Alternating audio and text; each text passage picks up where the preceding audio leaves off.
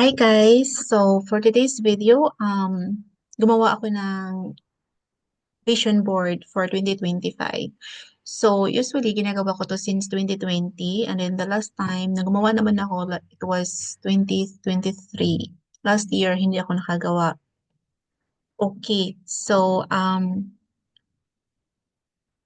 just so you know, yung vision ko na ginawa ng vision board na ginawa ko ng 2023 or since 2020 nangyari na yung iba.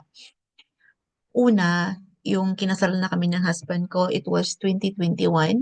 Kasi yung plan talaga namin magpakasal 2020 dahil sa pandemic, hindi natuloy. So 2021, December 18, kinasal kami ng husband ko. So nangyari na yung 2020 ko na vision. And then, 2021 na abuntis ako. Hindi naman ako nabuntis agad ng 2021. So, nabuntis ako 2024. So, nangyari na yung kinasal ako, nabuntis ako, dumating na yung asawa ko dito noong 2023. And then, yes, nabuntis ako. And then, kumuha kami ng sasakyan. So, yung ibang mga vision ko nung mga past years, nangyari na, binigay na ni Lord. And then, yes, and now we have a child. He's 3 months old na ngayon. So, kaya ngayong 2025, gumawa ulit ako ng vision board para naman ma-push tayo kung ano yung mga gusto natin sa buhay for this year, mga plans natin. Of course, lahat ng mga plans natin, hindi lahat na nangyayari yun, kundi kung ano pa rin yung will ni God. And of course, kung ano yung plans natin for this year sa buhay natin, o sa mahal natin sa buhay, we have to work for it. Di ba? Hindi lang yung nakaupo lang tayo, keep on praying. No, we have to work for it. Kasi totoo yung kasabihan na nasa Diyos ang awa, nasa tao ang gawa. So I believe on that. So this time guys, I will share um Ulitin ko to. My screen. Nandito na yung screen ko. So, this is my vision board for 2025. So, una, of course, laging number one yung Bible, yung relationship natin kay God. So, as much as possible, priority ko yun every day. Nagsishare ako ng mga word of God to, you know, to touch others people's lives. Kasi minsan, may mga taong depressed, stress, magbubukas ng Facebook, makabasa sila ng mga word of God. Nai-enlight na, uy, yeah, tama. Bakit ako mag-stress? The God said na huwag mag-stress. Yung anxiety natin, huwag natin ipairal. Kasi God is always with us. Diba? So, be strong and courageous. So, ayan, meron ako mga verses sa wall na yung bang reminders din sa sarili ko. So, Joshua 1:9, be strong and courageous, do not be afraid or discouraged, for the Lord your God will be with you wherever you go. And that's really true. Meron pa akong favorite na isang verse, which is Philippians 4:13, I can do all things through Christ who strengthens me. So yun guys, as much as possible every day, nagsishare ako ng mga words of God, nagpo-post ako sa Facebook, um, kasi for me, number one pa rin sa akin yung spiritual growth ko, yung relationship ko kay God. And then, number two na vision ko for 2025, of course, yung health natin. So, health is wealth, guys. Kung tatanungin niyo ako, ano bang pinakagusto ko sa buhay na kayamanan? Anong kayamanan ang pinakagusto ko sa buhay? For me, yung health natin. Kasi, kapag hindi tayo healthy, wala tayong magagawa, di ba?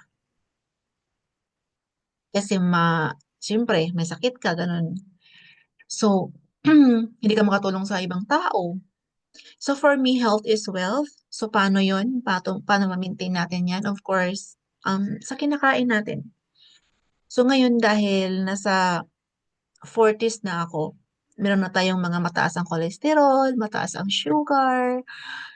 So, at nagkaroon ako ng gestational diabetes nung buntis ako. So, alam ko na yung diet ng tamang pagkain para umiwas sa sugar, yung maglakad para bumaba yung sugar. So as much as possible din, kinokontrol ko na yung mga pagkain ko kasi kung gusto natin maging healthy, we need to help ourselves, guys. We have to discipline ourselves kung ano yung pinapasok natin sa ating katawan. Sugar, mga fats, sodas, those are not healthy. So yun, meron akong mga healthy checklist for 2025. Of course, I'm a mama na, so I need to be healthy for my family, for my child. Um, oops. Okay. Number three, guys. So I am an advisor, like insurance agent. So it's a financial advisor in Alberta. Um, my goal for this year na magkaroon ako ng promotion dun sa MJA ko. Okay? Kasi meron kami mga level of promotions and I'm hoping this year, I'm praying to God na makamit ko yung promotion this year kahit isang step lang. And of course, I have to work for it para makamit ko yun. With the help of our Lord. And number four, pay off a debt. So, lahat naman ng tao siguro, well, 99% may mga utang, di ba? Kung wala kang utang na cash, may utang ka na credit card. So, ako, sana lang, ma-workout ko this year, ma-paid off ko yung sasakyan, mabayaran ko siya in full, mga credit card. Well, credit card is, ano naman, bayad utang. Para pag na-paid off ko yung sasakyan, pwede na akong kumuha ng bahay. So, my goal this year din, magkaroon ng sariling bahay. Kahit maliit lang, townhouse, duplex. Kasi kung single detached, mahal yun. For sure. Ayoko naman ma-stress sa mga bayarin. So, I have a small family. So, yung sakto lang sa amin. Simpleng bahay lang. So, goal ko din yan this year, guys, magkaroon ng sariling bahay. What else?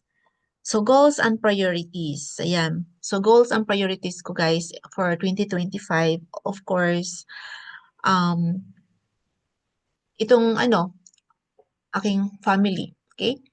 So, those my goals and priority. So, meron akong mga goals for 2025, di ba? Kung ano yung i-prioritize ko na unang makamit. Okay? But first, bago ang lahat, my family is my number one priority. Number two, of course, number one is my spiritual growth, my relationship to God, and then my family. And what else? One of my goals this year, guys, is to travel with my family. Kahit hindi naman outside country, kahit dito lang inside Canada. Kapag travel man lang kami ng pamilya ko.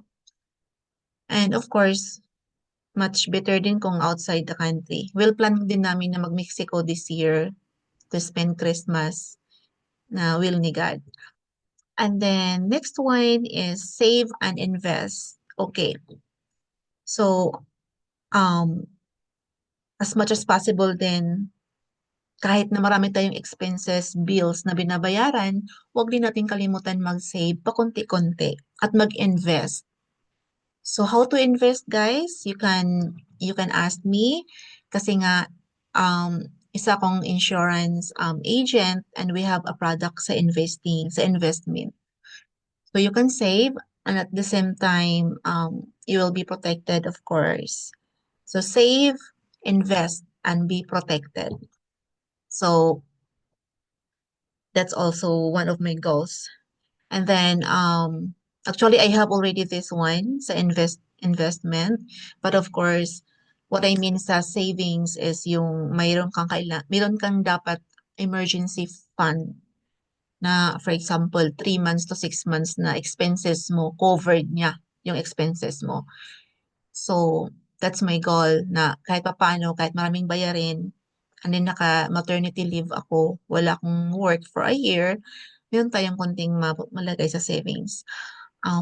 So ano pa yung mga goal ko for this year? Help other people. So this one, what does it mean? Kahit paunti-unti guys, 'pag may makikita kang mga lalo na yung 'pag may nakita ko sa Facebook na nagpo-post yung Jesus Daily na mga bata na may mga sakit, may mga cancer, may mga skin disease. Ang sakit sa dibdib makita. Ang sakit sa dibdib makita yung mga batang yun, lalo na may anak na ako. So, mas lalo akong nasasaktan 'pag nakita kong bata na nahihirapan. So, kahit paunti-unti guys, kahit magkano man lang yan na amount na maitulong mo dun sa batang may sakit, malaking tulong na yun sa kanila. So, isa yun sa mga goal ko na every year makatulong ako kahit papaano, kahit konti. Kasi 'pag naiipon yun, hindi lang naman ako ang tumulong, meron ding iba.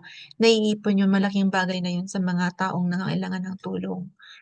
And then the last one, so since na nagva-vlog ako, nagva-vlog ako since 2020, na-monetize ako 2021 February 2. Alam ko pa talaga yung date 'no. So actually ginawa ko 'tong YouTube channel na 'to para gawin ko siyang storage ng mga videos, ng mga pictures, ng mga events, mga ganap sa buhay, kaysa naman ma-stuck dun sa cellphone ko. So, every time na nami-miss ko yung moment na yun, yung mga events na yun, pupunta lang ako sa YouTube, andun na lahat. And of course, at the same time, dahil ginawa ko siyang public, nakikita ng mga tao, may nagpe-play, may nagsu-subscribe, may nagfa-follow, may nagla-like, may nagko-comment. So, at the same time, nag-e-earn. So, meron akong income kahit konti sa YouTube. 4,000 pesos, $100 in Canadian. Kaunti, 'di ba? Malaking bagay na 'yun, $100, $300, malaking bagay na 'yun. So, ipagpatuloy ko 'to yung aking pagva-vlog, lalo na may anak na ako. So, yung content ko most of the time ngayon si baby, yung mga videos niya, nilalagyan ko ng prayers, ng mom's prayer, and then nilagay ko yung date dun sa title kung kailan yung video na yun para 'pag tiningnan ko yun sa YouTube ulit na for example malaki na yung baby ko, malaki na yung anak ko, nami-miss ko yung pagka-baby niya 'pag maliit siya. So, nakikita ko agad sa YouTube, titingnan ko lang, oh, ito for example January 5 ko 'to video kay baby, gano'n. So yeah, so these are my goals in year 2025, guys. So I'm just sharing, and I hope that I inspired also other people to have goals in life every year. And gumawa din kayo ng vision board ninyo para at least um kung hindi man ibigay ni Lord yun, you have to look back again and then ilagay mo na naman ulit sa vision board mo for 2026, for example. And then i-look back mo yung mga vision board mo for the past years na binigay na ni Lord. So, yun guys. So I pray to God na yung mga plans ko for this year, i-guide niya, i-bless niya. Amen. Thanks for watching, everyone. Have a blessed day.